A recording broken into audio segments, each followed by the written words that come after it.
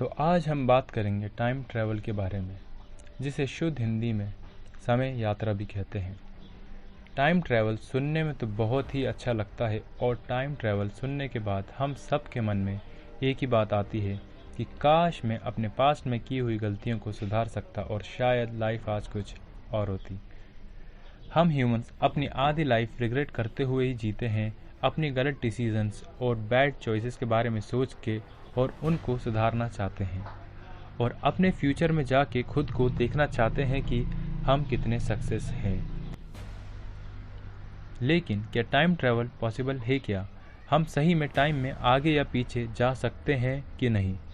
अगर वैज्ञानिक की नज़र से देखा जाए तो टाइम ट्रैवल पॉसिबल है। वैसे तो टाइम ट्रैवल की बहुत सारी थ्योरी है जिसमें टाइम ट्रैवल पॉसिबल है ये बताया गया है, पर हम आज अपनी वीडियो में एल्बर्ट आइंस्टाइन की थ्योरी पर बात करेंगे, जो है थ्योरी ऑफ रिलेटिविटी। इस थ्योरी के आने से पहले लोगों के मन में यह बात बैठी हुई थी कि यूनिवर्स में टाइम की स्पीड उतनी ही जितनी कि हमारी पृथ्वी में है। लोगों को लगता था कि जिस तरह से टाइम हमारी पृथ्वी पर गुजर रहा है, सेम स्पीड से शायद दूसरे प्लेनेट में भी समय गुजर रहा होगा। लेकिन एल्बर्ट आइंस्टाइन ने लोगों की इस बात को गलत साबित करते हुए टाइम की अलग डेफिनेशन दी। आइंस्टाइन ने बताया कि टाइम और स्पेस आपस में कनेक्टेड है, जिसे हम स्पेस टाइम कहते हैं। टाइम फोर्थ डायमेंशन है, शुद्ध हिंदी में चौथा आयाम, जिसे धीरे या तेज़ किया जा सकता है। फॉर एग्ज़ाम्पल, जैसे कि किसी नदी में पानी का बहाव कहीं तेज़ होता है और कहीं कम, उसी तरीके से स्पेस में टाइम अलग अलग जगह डिफरेंट स्पीड से चल रहा होता है। आइंस्टाइन के स्पेस टाइम के इक्वेशन के अनुसार अगर कोई भी ऑब्जेक्ट जितना तेज़ चलेगा उसके लिए टाइम उतना ही स्लो हो जाएगा, और जैसे ऑब्जेक्ट की स्पीड बढ़ेगी टाइम उतना ही स्लो होते जाएगा।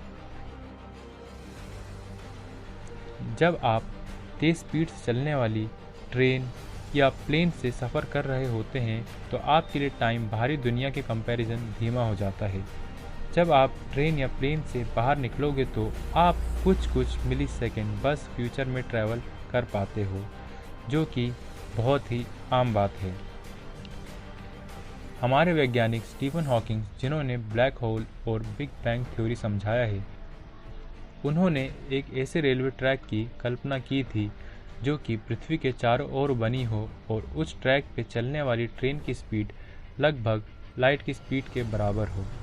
जब वो ट्रेन लाइट की स्पीड से पृथ्वी पर चारों ओर बने हुए ट्रैक पर चलेगी तो ट्रेन में बैठे हुए लोगों के लिए टाइम बहुत ही स्लो हो जाएगा, जिस वजह से ट्रेन में बैठे पैसेंजर 1 मिनट में पृथ्वी के कितने साल गुजर जाएंगे। पैसेंजर के लिए टाइम बिल्कुल ही नॉर्मल ही लगेगा और उन्हें पता भी नहीं चलेगा। बाहरी दुनिया के लिए पैसेंजर का टाइम बहुत ही स्लो हो जाएगा, और जब पैसेंजर 1 हफ्ते बाद ट्रेन से निकलेगा तो पृथ्वी पर 70 या 75 साल गुजर गए होंगे और वो अपने आप को फ्यूचर में पाएगा। अकॉर्डिंग टू आइंस्टाइन थ्योरी, हम बस फ्यूचर में ही ट्रैवल कर सकते हैं, मतलब कि एक बार हम भविष्य में पहुंच गए तो वापस नहीं आ सकते। अब ये सवाल उठता है कि ऐसी ट्रेन बनाना जो लाइट की स्पीड से चल सके पॉसिबल है कि नहीं।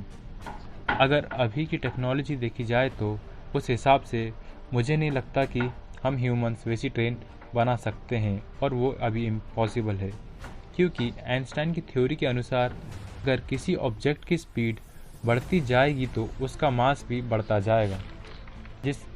सपोज हम ऐसी ट्रेन बना लेते हैं जो लाइट की स्पीड से चल सकती हो तो उसका मास इन्फिनाइट हो जाएगा। आइंस्टाइन के इक्वेशन के हिसाब से इन्फिनाइट मास वाली ट्रेन को चलाने के लिए इन्फिनाइट एनर्जी की ज़रूरत पड़ेगी, और इतनी एनर्जी तो हमारी पृथ्वी में अभी नहीं है, या फिर शायद हम ह्यूमंस को पता ही नहीं है। तो दोस्तों, दुखी होने की कोई ज़रूरत नहीं है, ये तो सिर्फ एक थ्योरी है। बाकी और भी थ्योरी है जिसमें टाइम ट्रैवल पॉसिबल है, और आने वाले समय में हम ह्यूमंस और ज़्यादा इवॉल्व हो जाएंगे और एक नया शॉर्ट वे ढूंढ लेंगे टाइम ट्रैवल के लिए। तो आज के लिए हमारी वीडियो में इतना ही। तो प्लीज़ लाइक कीजिए, शेयर कीजिए और सब्सक्राइब कीजिए। तब तक के लिए बाय बाय।